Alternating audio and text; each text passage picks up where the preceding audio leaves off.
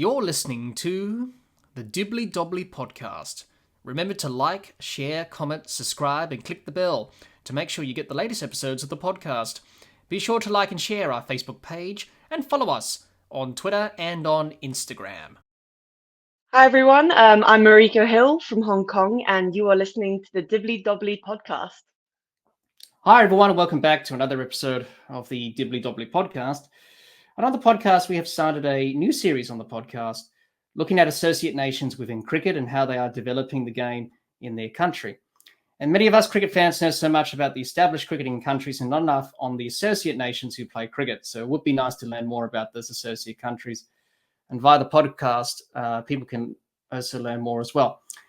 For today's Associate Cricket Series episode, we are discussing all things Hong Kong women's cricket. And joining me to discuss and talk all things Hong Kong women's cricket is Hong Kong female cricketer Mariko Hill. Mariko, welcome. Hello, Mariko would be probably the best intro. Nice to meet you, and thanks for having me. No, it's great. It's great to have you here, Mariko, and to talk about your career in cricket and women's cricket, and also cricket in Hong Kong as well, which has been around in cricket for many years, and many people associate the game of cricket in Hong Kong, and it has an interesting history. So it would be nice for people to learn more about how the women's team are going over there, and also how women's cricket's going over there, but the game in general as well. And to learn more about you as the cricketer and learn more about your career and hear your story, basically. And that's what we're going to do in this episode today. Awesome. So I'm really looking forward to it, and I'm sure people listening as well will look forward to it as well. But before we do that, Mariko, as I do with all my guests that I've interviewed on the podcast, I'd like to take them back to when they first got into cricket. It's been very fascinating listening to people's memories on how they started to get into cricket. So let's go back to the very beginning. Growing up, what were your earliest memories of watching, playing, and even going to the cricket? And who were some of your cricketing idols that you looked up to growing up? Yeah, back to the roots. Well, I started playing when I was 11 years old, and this was back in '07, I'd say, jogging my memory. But I used to play with my brother in every sport possible, whether in the backyard or with friends. And we joined as a family the Hong Kong Cricket Club, which is quite a prestigious club in Hong Kong. And played all various sports, but one particular one was, of course, cricket, where every Saturday all the boys would have this junior gappers program or like a grassroots program. And I always questioned, where were the girls? But at the same time, that I just wanted to join and be part of them. And we were so competitive as siblings. So, when I joined that, I think I played for a couple of weeks or months, and then from there got scouted to play for the Hong Kong Cricket Club Women, which then was in tandem along with the Hong Kong women's side. So, all of that came to fruition just by simply being present at the club and playing with my brother. Yeah. Great memories, when you play with family and that the battles that you have against each other is fantastic. And obviously growing up and experiencing that in Hong Kong is a different experience to other people who grew up from traditional cricket backgrounds, isn't it?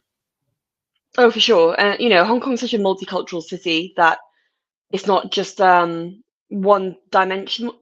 There's a lot of different,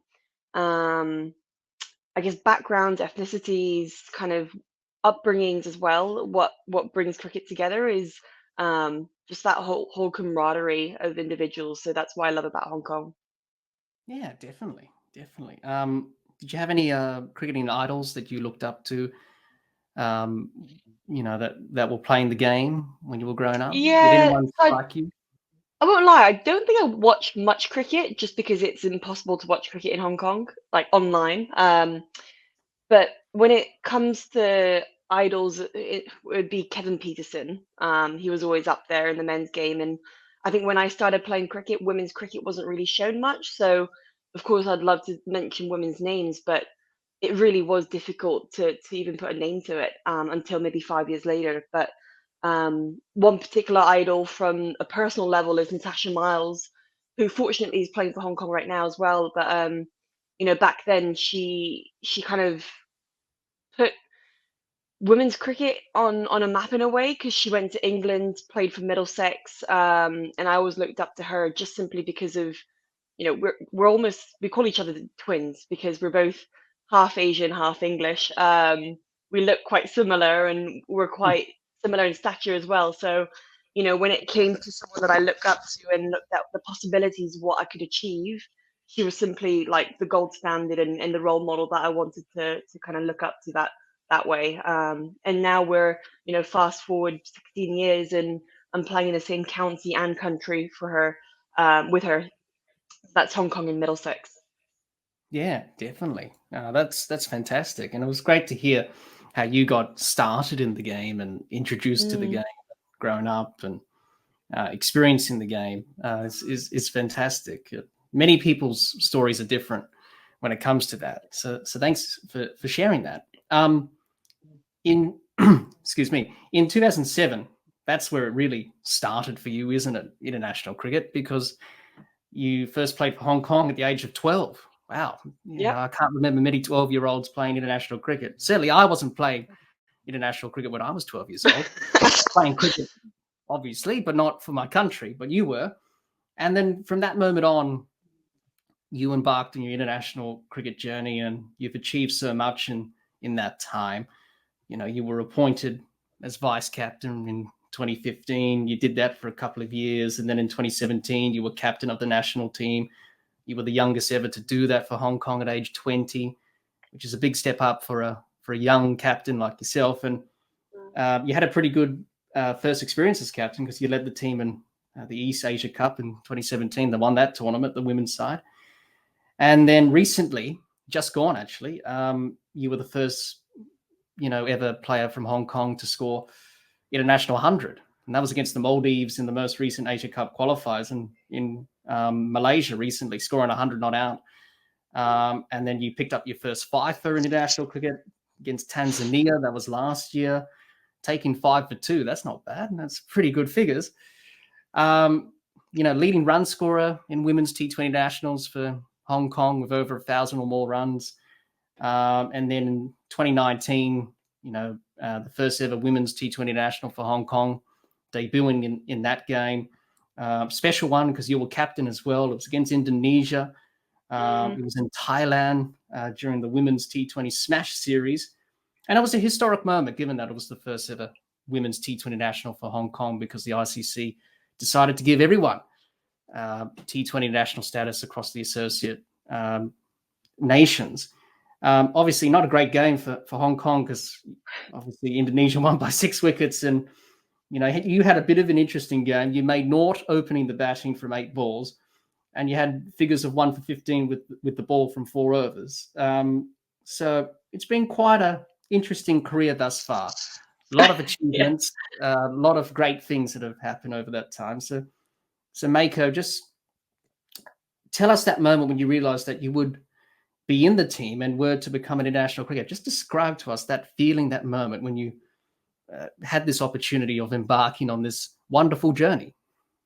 Yeah, well, firstly, I appreciate you going through that whole kind of milestones, because sometimes you don't really reflect how far you've come, but when you kind of mention it and say it out loud, it is quite incredible, the journey since that day I got my debut, my cap. So yeah, I mean, when it all started, it was again when I was 12 years old, and I got the call up at training saying whether or not I'd be willing to go to Bangladesh to make my debut for Hong Kong. And I was like, absolutely. It was a dream come true, because not only are you playing cricket for your country, but you get to travel, you get to go to a different country with your best mates and without your parents. So, you tick all those boxes.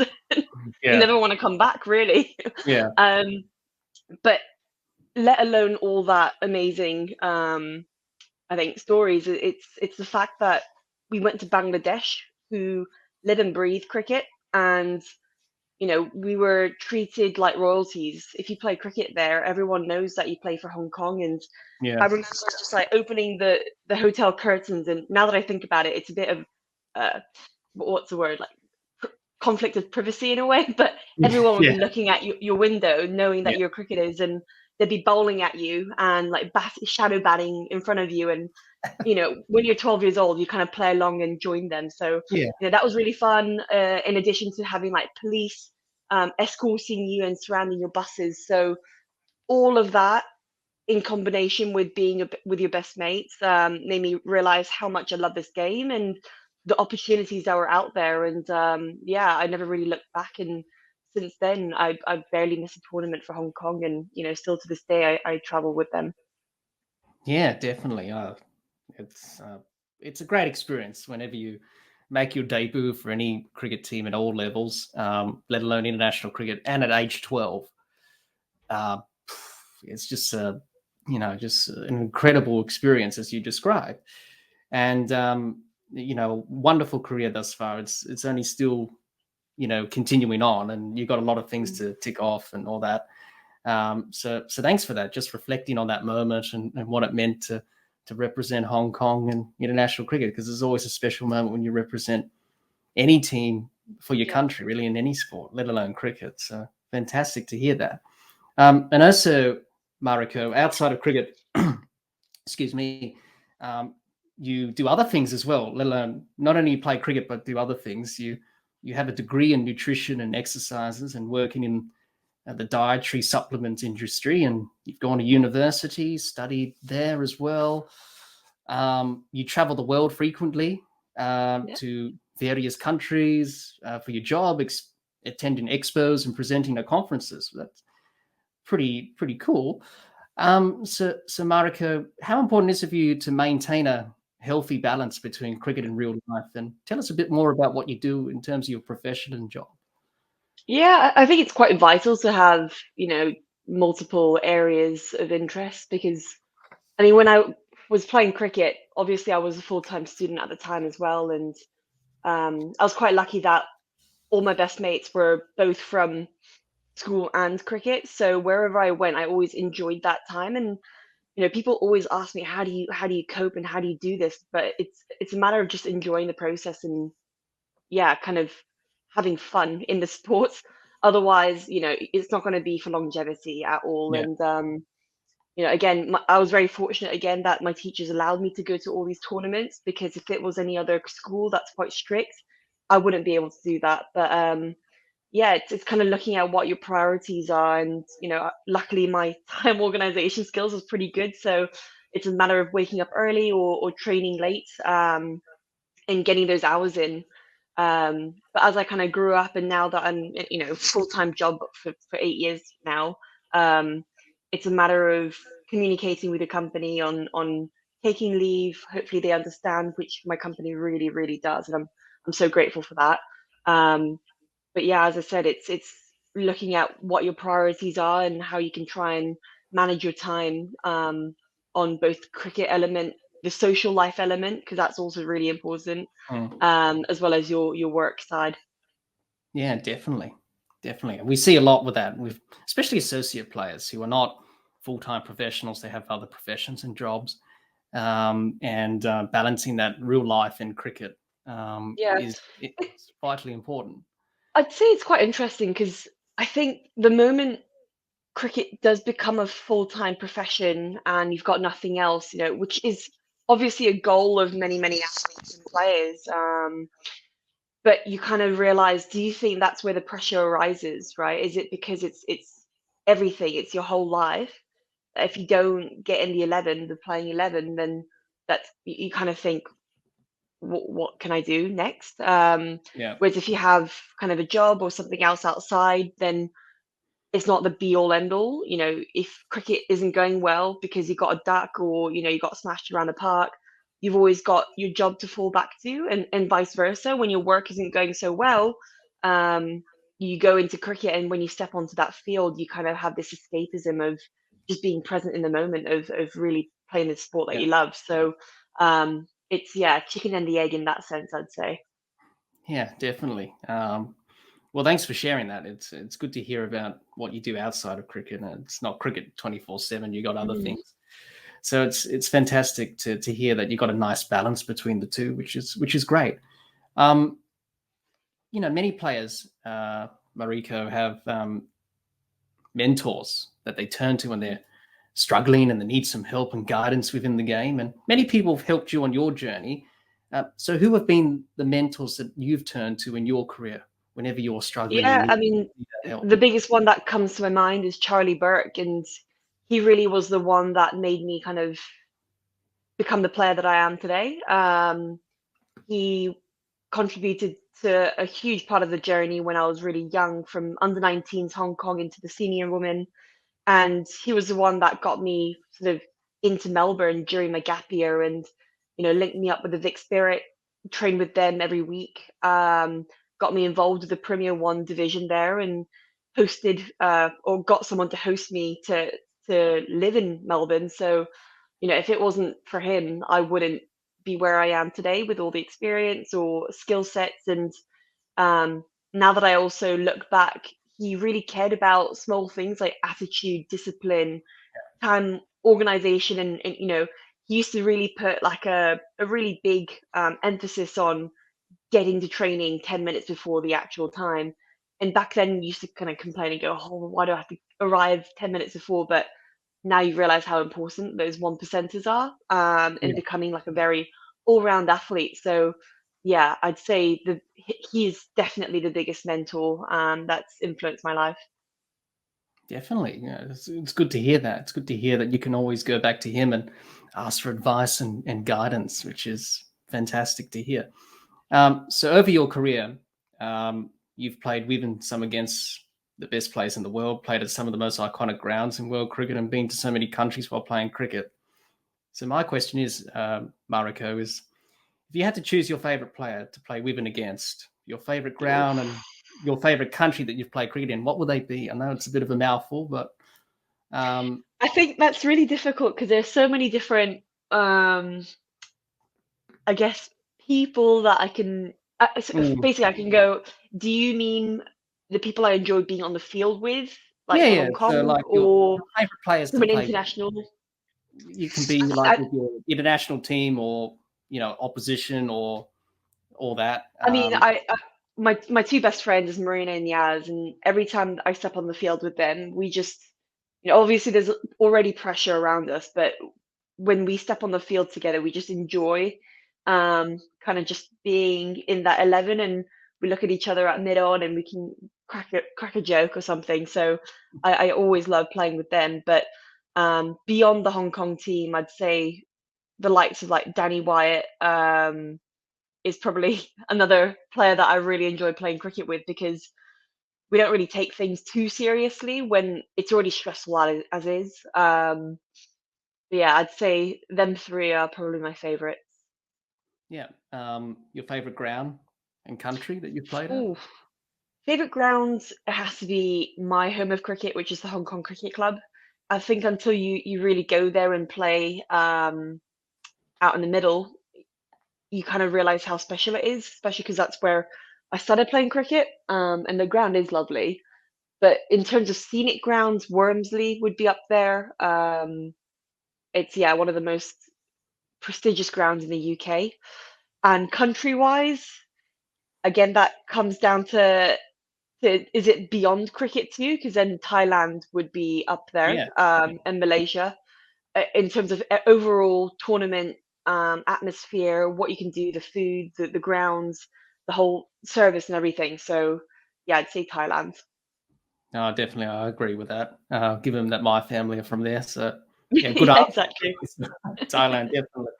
But thanks for sharing that. I know it's a very hard question to answer because there's so many choices, as you said. It's like picking your favorite child. You can't Yeah. choose. Yeah. Your career isn't done yet, and you still have a lot more to offer in the game for Mm. the game in general, but also Hong Kong as well. Do you ever take a moment to reflect on the journey and what are you most proud of? And do you have any regrets? Yeah, I mean, plenty of things that I kind of reflect back on and go, I'm really grateful that I've kind of achieved that. I think cricket, especially women's cricket and associate cricket, is evolving so rapidly that every year it's a new kind of milestone and target to achieve, because there's something new, whether it's an inclusion of an associate player in the Women's Premier League or the 100, or just more tournaments coming about, like the World Cup qualifiers and things like that. So there's always something or something next. And then, yeah, as you mentioned, have I ever reflected back? I definitely have, especially 2 years ago when I kind of came to a crossroads of thinking whether to continue because, something happened in terms of like the yips, etc. And Yeah. I was really trying to think, why am I playing this game? Because at that time, exactly in that right time and moment, I just did not enjoy playing. And every time I stepped onto the field, I thought about every reason to leave, Yeah. in terms of taking injury. And, it took a lot to overcome that. And I'm really glad that I did because it's whole resilience aspect of things. But Mm. during that time, I kind of reflected and looked at what I've done within the what 14 years of cricket that I've been playing. And yeah, there's so many things like from the Asian Games to winning the East Asia Cup and various ACC championships with the team. But beyond that, the reason why I play cricket is to play for Hong Kong and I think experience the world. As cringe as that might sound, but we are so fortunate to be able to travel to countries that you probably would never go to on holiday, like Kuwait, Bangladesh.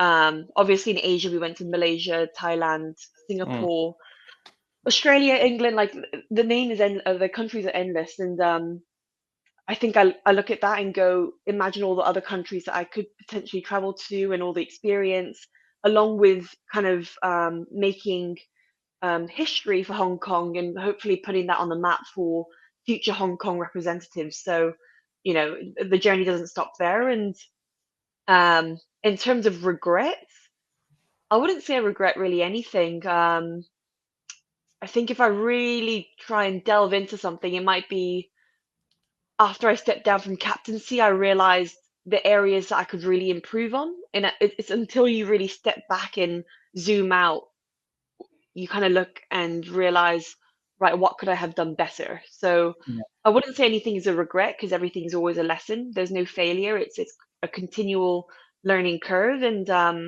yeah, it's a matter of what could I have done better to ensure that, we're in the most optimal state. Whether it be from a social, tactical, skill level perspective. Yeah, definitely, definitely, and thanks for sharing that. And you still got a lot more to offer the game and give back. And um, yeah, it's always nice when you reflect on the journey and obviously enjoy it. That's the important thing. Don't feel miserable. It's all about enjoying the journey because it doesn't last forever. Yeah. And when you look back on it, you'd be like, yeah, I'm proud that I've done that and done that. So that's great to hear in your case that you're proud of what you've done in your career. So that's fantastic. Mariko, what advice would you give to young girls who want to play cricket or sport and have ambitions of playing cricket or sport at the highest level? What advice would you give to those young girls that are aspiring to achieve great things? Yeah, I think it really just comes down to simplicity of have fun. If you don't play a sport that you love or even just any extracurricular activities, like you can't sustain it.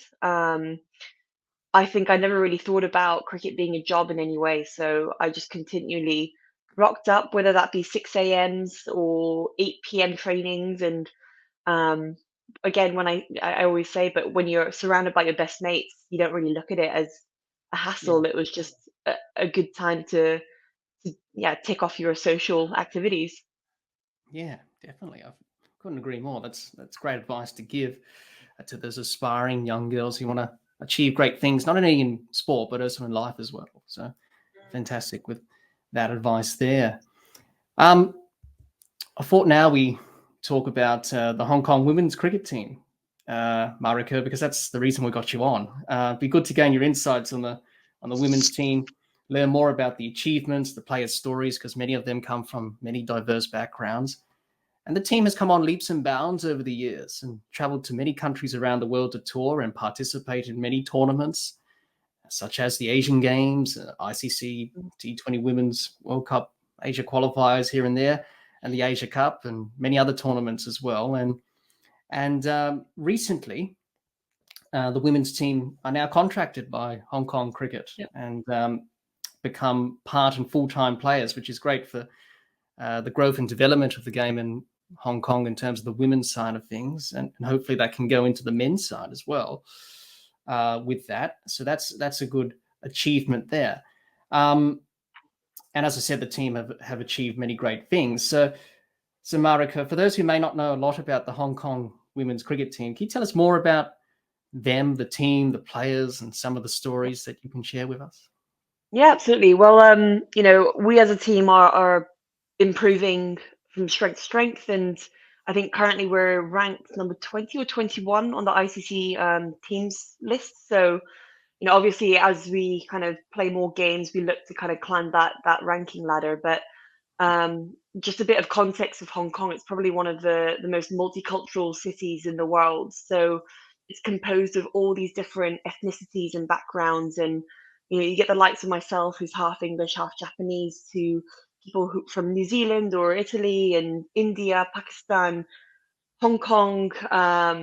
So everywhere. It's a very global country. And Yeah. that's probably one of the most beautiful things about our team, yet also one of the challenges, because not everyone is from one culture. So obviously, whether it's um, trying to build that team unity, it's every one of us trying to understand one another and where we're from and our attitudes into what it's like to play cricket. And yeah, I mean, we've been playing as a team probably for 10 years. Like the majority, 80% of the team have been together for 10 plus years, because Yeah. we've started from our under 19 team going into the seniors. So, we're all not only just best friends on field, but also a lot of us are best friends off the field. And regardless of our culture, even if we all don't speak English fluently, we use cricket as our language and we connect from that. Um, but now, one of the challenges of Hong Kong is the fact that once you've kind of graduated from high school or university, a lot of the so-called expats or Western individuals might actually leave the city because of maybe better job opportunities outside of the Yeah. city. So I'd say maybe 5 to 6 people in our current squad are actually based in New Zealand and in London. So we all fly back to Hong Kong, or we meet at the tournament and Yeah. kind of meet there and kind of gel together then. But yeah, I think this is going to be one of your questions, but like what are the challenges? And I think it's simply trying to, yeah, all train together. It's always difficult, but Yeah. one of the good things about playing outside is being able to play in really good high level standard cricket. So whether that be county or regional or state cricket in New Zealand and England. So yeah, it's kind of just gelling all those puzzle pieces together, and that's what really makes the Hong Kong team so great. Yeah, definitely. And I guess that's the challenge for all associate nations, isn't it? Trying to get the team together because they're all busy with their other jobs and lives. But being contracted now has certainly helped that to keep players within the team and stay committed to cricket. And we'll 100%. talk about that a bit later when we talk about women's associate cricket a bit later on in the chat, because that's often the problem with, especially with women associate teams around the world. That's the biggest challenge for them. So definitely something to talk about a bit later on when we discuss that. But your role in the team, I thought we'd talk about that and your time as vice captain and captain. You mentioned that a bit when you look back on your journey about regrets, could have done the captaincy a bit better and all that stuff. But how would you best describe your role in the team as a player, and how do you fit into the plans? I feel like my role evolves on like a tournament basis, to be honest, along with, yeah, me growing up. But when I first joined the team, I was probably batting number 11 and not really bowling and kind of being a bench warmer to then climbing that batting ladder and now opening the bats, along with kind of opening the bowling sometimes. And I think I can probably take that new ball kind of going forward. But not only am I an all-rounder, but I think after stepping down as captain, I'm always going to be playing a role as one of the senior leaders in the team and kind of supporting on and off the field. So, beyond just being one of the many Hong Kong players, I'd like to see myself as someone that um, can make an impact within the team camaraderie aspect of things too. Yeah, definitely. And you mentioned captaincy and you were vice captain and captain. As everyone knows, being captain or any leader of any cricket team or vice captain can often be the difficult thing and the most challenging job to do in cricket, let alone play the game as Mm. well. But tell us about that journey, that vice captaincy journey, and how did you balance the two roles of being a leader but also being a player as well? It must have been very difficult when you were doing those roles. Yeah, I think you're so right. It is challenging to balance both. And I mean, to be really honest, I think I got the captaincy role way too early in my journey, but Mhm. because of the context of people leaving, the ex-captain Ishita Gidwani stepping down, someone had to take that captaincy role, and the next person was me, simply because of my experience in Australia and overseas. Um, but at the same time, I think regardless of age, it was a matter of just the experience. And by then, I've had 8 years under my belt, so I was experienced in that sense. But I think I really enjoyed my time, and if I were to look back and go, would I do it again? I probably would. And um, obviously, as a full time though, it's such a tough job, and huge Oh, credit to Carrie Chan, who's the current captain right now, because ever since I stepped down, more tournaments came about, and I can't even imagine the amount of stress that you kind of go through. Because I realized the biggest thing about captaincy is that you have to separate friendship from leadership, and yeah, that was always really difficult, whether it's kind of speaking to your best friend, telling them that they're benched. And I think it's quite important to set boundaries and draw the line before you kind of take on that role. But also, personally, I found it difficult when after every game, you're meant to go back to the hotel, and every player would think about their own game. But as a captain, you have to actually think about who's playing in the next game, what happened, no, what can improve. Long meetings with your coaches as well on team selections, that you never really had time to think about your own game. And I'd say that's probably one of the things that I realized. I don't know if it's just by coincidence, but ever since I stepped down, my performance personally improved as well. And I yeah, don't know whether that's because I've started journaling about the areas that I can improve and what my focus is on every game. But that's what I've been able to do and learn ever since kind of stepping down. And yeah, I mean, it is a tough job. I won't lie. It is really yeah, difficult. So no, that's where the whole contracts and becoming full time would play huge credits, and would be an advantage for becoming a captain as well. yeah, definitely. But you often that's the case with players. You see it in the women's game and the men's game. Like Joe Root from England, for example. He Mm. was really under pressure as captain. Now Ben Stokes has taken over.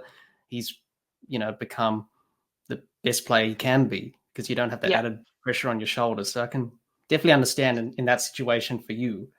It did feel like a burden, but it was also an honor as well because when you're Yeah, captain, I mean, to be honest, I think they always call it, a captain's knock, right? So I remember whenever the team really needs, you have this like inner motivation to ramp up that fuel. And I think that happened several times because of the responsibility that you have on your shoulders.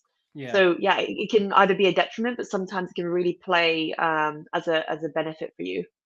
yeah, definitely. What advice would you give to any young captain out there if they're starting out in this job in any level of cricket? What advice and experience that you would give to them when they're entering this tough role?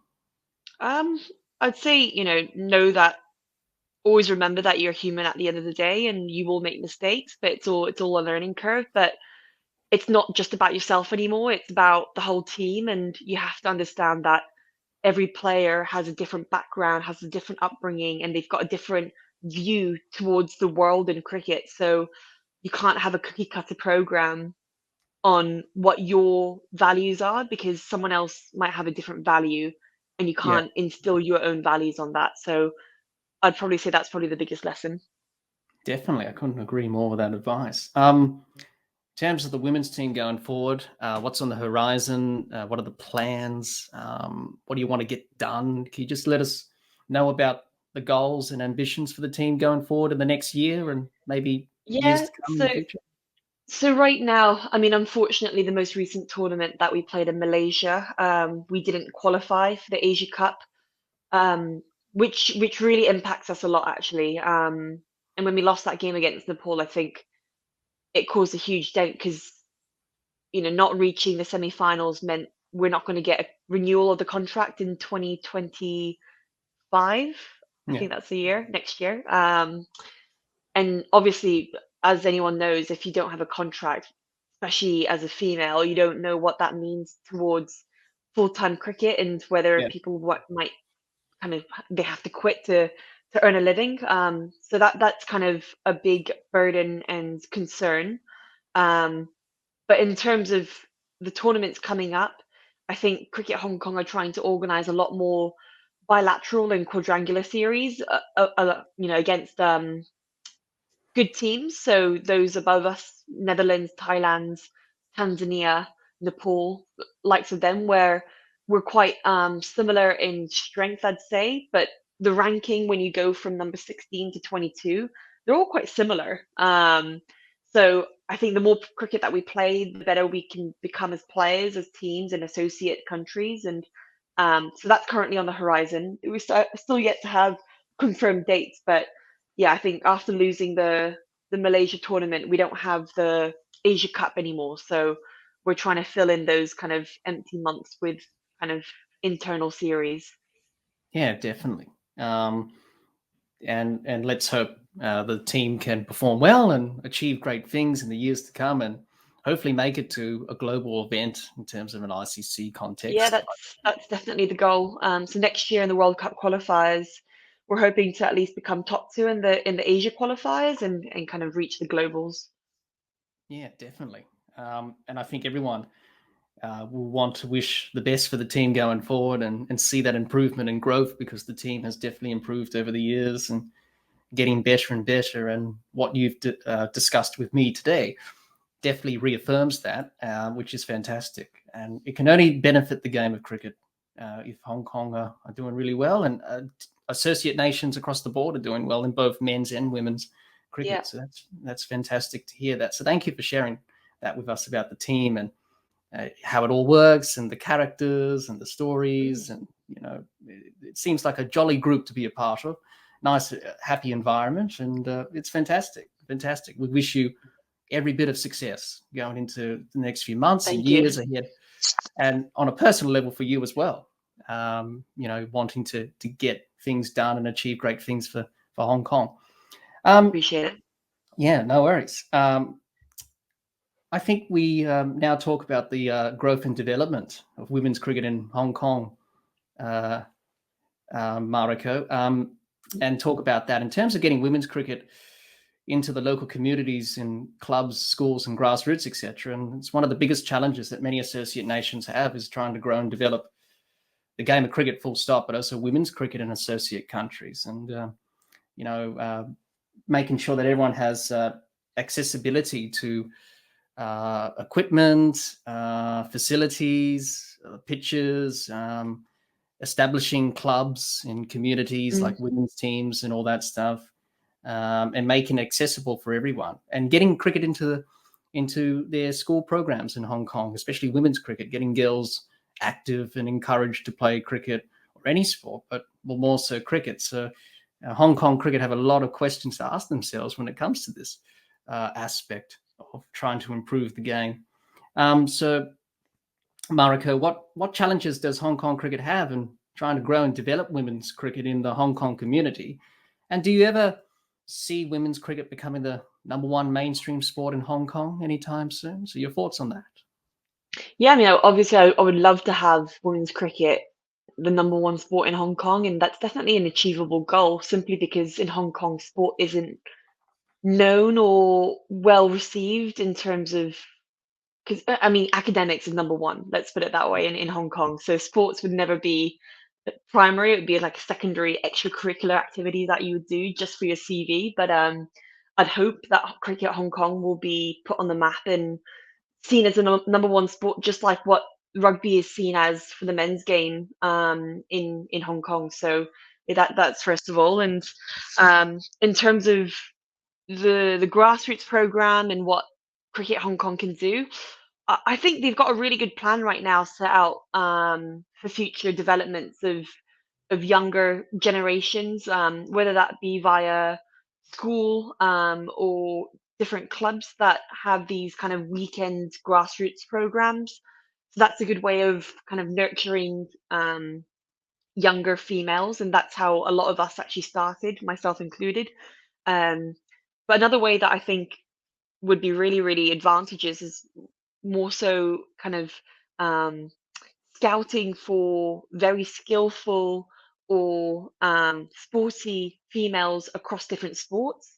Yeah. Because again, as we all know, cricket is such a biomechanical, tactical, and Mm. technical sport that if you have never seen a game of cricket in your life and you pick up a bat at the age of 14 or 17 for that matter, it is very difficult to learn. And what's even more difficult is unlearning bad habits. So, kind of how you try and grow the game is kind of maybe scouting from different sports, which, the likes of hockey or golf has similar biomechanics that can cross over.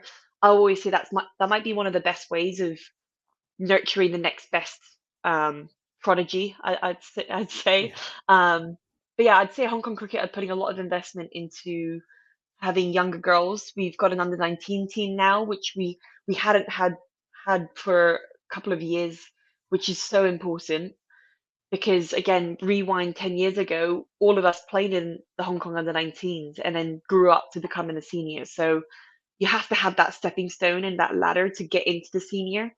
Whereas, 5 years back, we really didn't have an under-19 team and would have this like flux of girls that would go from development straight into seniors. And just imagine how daunting that is, Yeah. let alone the skill level is just so different. So I think now we're having that gradual progress from grassroots to under 19s to then development and then Hong Kong seniors. So I'd say the future is bright. We're getting more and more women and girls to play cricket in all these club cricket games. So I'd hope in the next 2 to 5 years we'd have a solid, strong Division One and Division Two comp that's competitive, along with a huge kind of pool of players that we can select our squad from when we travel.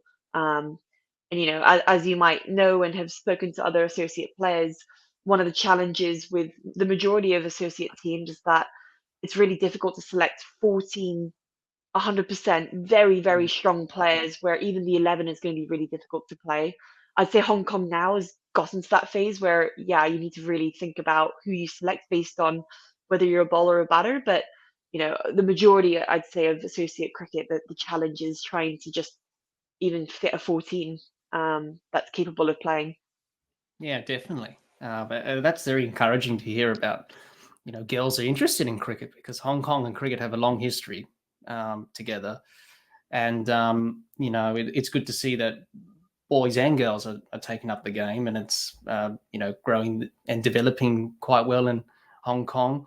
Many people would remember we were talking before we started recording about the Hong Kong Sixers. Many people would remember that tournament years ago in Hong Kong. The Sadly, it's not best. on anymore, which is a shame because it was great fun watching. And certainly, a lot of people in Hong Kong turned out to watch the games as well, which was Yeah. good to see.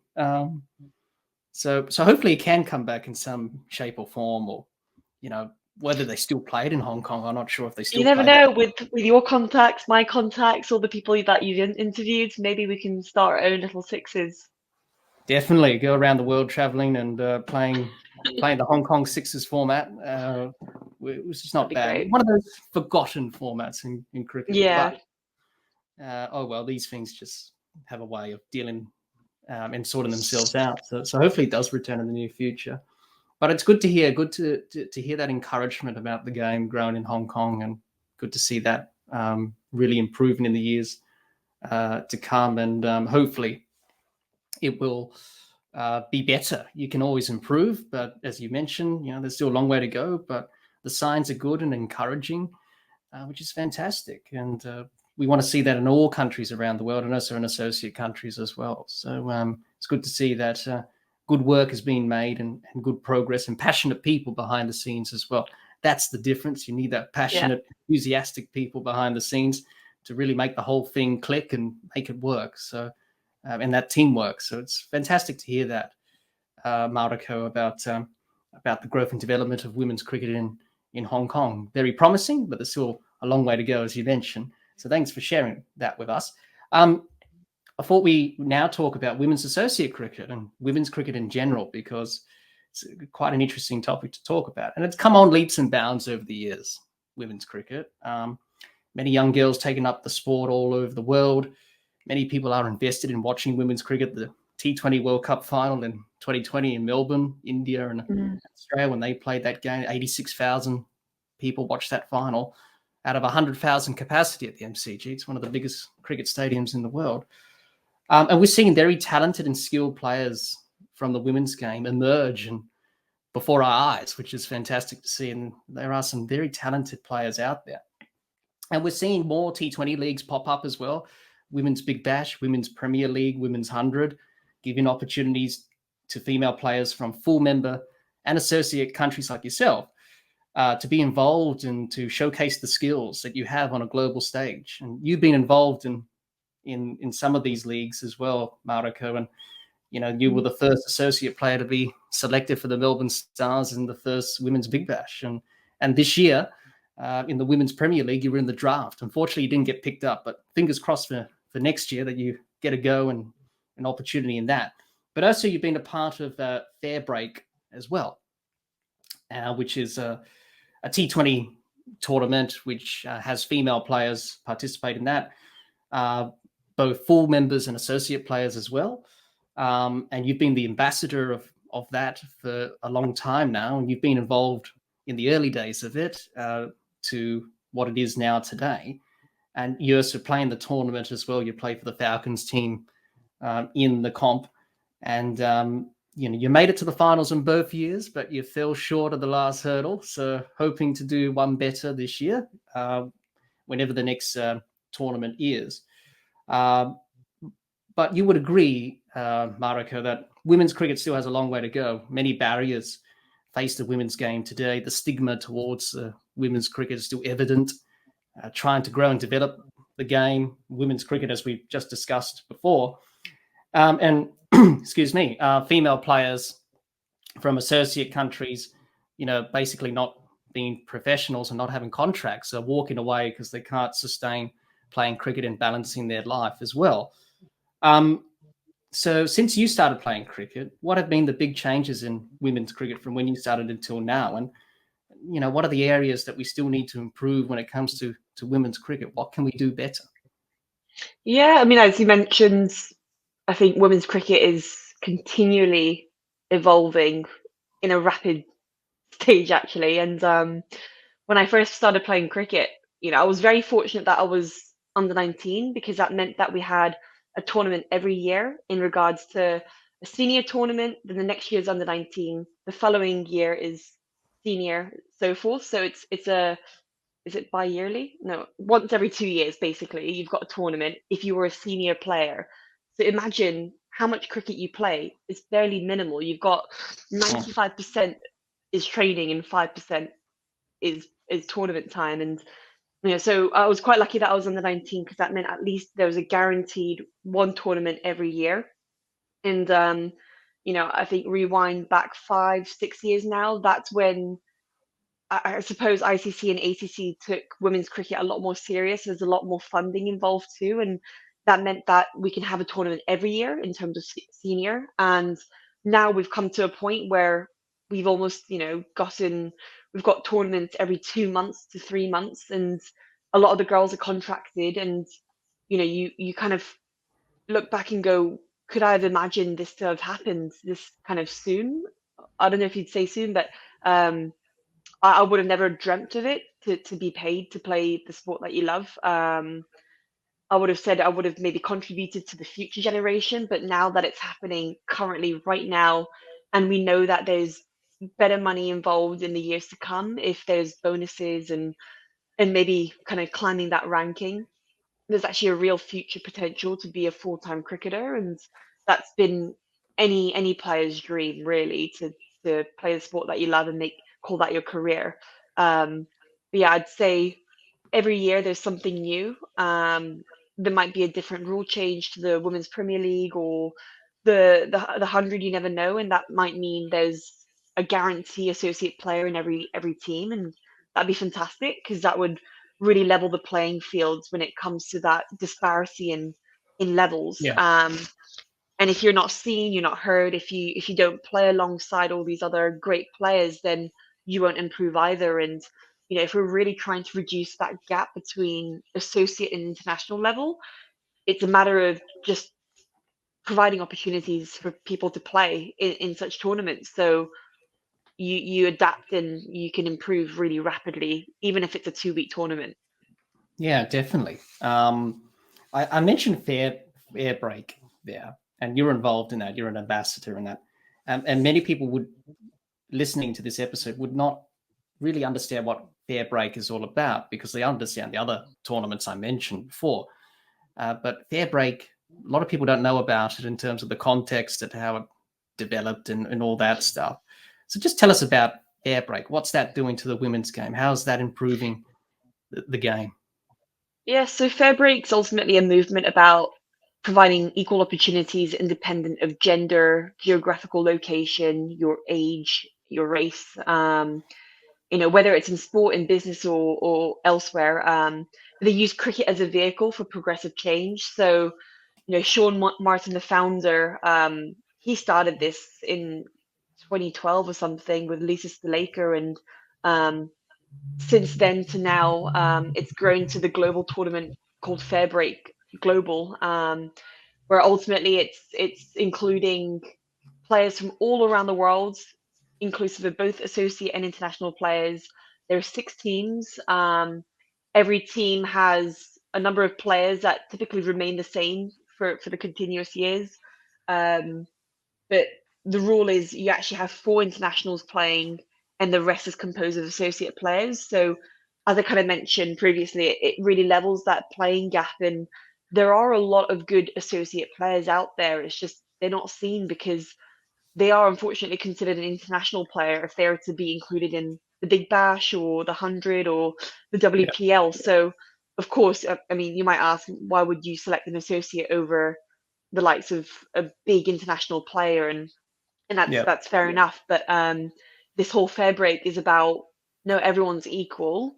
Um, let's make the money that quite equivalent to all the other competition as well, because it's all about equal opportunities. So um, it's not only just about associate players getting better and playing amongst international players, but also providing equal opportunities for underprivileged associate nations that don't get that opportunity. So it's a great movement because it's so empowering, and a lot of the stories I hear, it's almost emotional to hear how fair break from one single tournament can change someone's life, whether that be someone in Papua New Guinea, and the income that they earn from the 2-week tournament is enough to buy a house for them and their family and to feed their kids. So there's so many cool stories, whether that's from Bhutan, Thailand, PNG, Vanuatu. And it's a great tournament because you meet so many different cultures and people, and you learn not only how they play cricket and how they were raised, but um, what the culture's like. And that's just the betterment of human nature. Yeah, definitely. It's fantastic, fantastic. The work that you're doing behind the scenes and playing as well, giving opportunities, changes people's lives, and that's fantastic to hear. When is it next on in terms of the next tournaments? Can you give us a bit of an update on that? Yes, I mean, nothing's official, nor can I don't think, confirm, but there are talks of Fair Break being hosted in Antigua in the West Indies. Of course, there are talks of it being hosted in multiple countries, but I'll wait for them to announce it officially because I think it's quite an exciting time right now, and there are a few changes made internally in Fairbrake, and it's trying to really grow the game in a global scale. So I'm sure they'll announce it in a couple of weeks' time or so, because typically it's a matter of not clashing with other global tournaments. And if you look at the women's calendar globally, there's just so many tournaments happening: franchise cricket, international, bilateral series. So is trying to see where it can fit in the world map. And unfortunately, it might mean that certain players from certain countries can't play because it clashes with their international competition. Yeah. Well, thanks for that update. It's great to hear that that there is something in the pipeline going forward. Nothing official, as you said. So great to hear that, and also great to hear your thoughts on the women's cricket in general and women's associate cricket. There's a lot of good stuff happening behind the scenes, but we can do more as a cricket community to improve the quality of women's cricket and make sure that it grows and prospers for the years to come, because we've come such a long way in the women's game. We can't undo all that good work now. We've got to keep going on the front foot and keep making it better and growing and developing the sport. And hopefully it's in a good place in the years to come. So it's fantastic to hear your thoughts on that, Mariko. Mariko, we've come to our last discussion point of this interview. I've enjoyed it immensely, and thank you for giving up your time to speak to me today. I've really enjoyed it. Before we talk about what the future holds for women's cricket in Hong Kong, just to end on, it's very hard to predict the future, as we know. It's very uncertain. But, Mariko, how do you see women's cricket in Hong Kong, women's associate cricket, and women's cricket going into the future, if you want to look into the crystal ball and predict what's going to happen in the years to come? Yeah, I think we're going to be put in a place where hopefully everyone's contracted and it goes beyond the 14 squad players. It goes maybe a larger pool of 20, where women can really start looking at cricket as their full-time job and focusing all their hours into recovery and training and nutrition and all these other facets, because the current challenge is trying to balance your full-time job outside from an academic perspective with your extracurricular, and I quote that. And if everyone can become full-time, then everyone's invested into becoming a better player on and off the field. And I would say in 2 to 5 years time, I'm hoping that there's that 20 player kind of cap, and there's a lot more global tournaments happening. So it's not kind of every 2 years that there's the World Cup qualifier, but there's something on the pipeline from maybe like a 6-month basis. And I think as a team, we would love to be in the top 15 in the global rankings. Hoping to be in the World Cup global qualifiers as well. And I know we can do that. It's just a matter of playing more games with each other, because it's such a marginal game, cricket, isn't it? So I think on the day we just have to be on the money and really just play our best cricket, because when we play our best cricket, batting, bowling, fielding, all included, we can really achieve top 15, I'd say right now. But it's just getting that consistency and number of games under a belt to play with each other, 'cause we all live around the world. But yeah, I'd hope for Hong Kong to at least qualify for a major tournament, and yeah, all of us be contracted, and that'll be the next milestone. And I'm sure there'll be bigger ones to come on a personal and team level. Definitely. Well, thank you for sharing your predictions and thoughts about what lies ahead in the future in the women's game and for the women's team in Hong Kong. Let's hope they all come true in the years to come, and hopefully that's the case. So thank you for sharing that with us. Mariko, thank you for joining me today for this Associate Cricket Series episode to discuss all things Hong Kong women's cricket and your cricketing journey. I've enjoyed it immensely, and I'm sure everyone listening has as well. If people want to get in touch with you, where can they do that? If they want to get in contact, want to ask questions, where can they do that?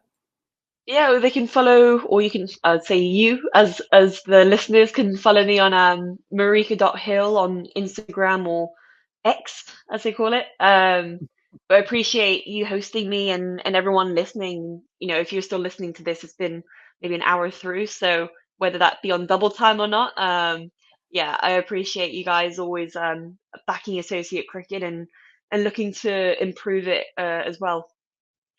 Definitely. We'll leave links to those in the description of this episode as well.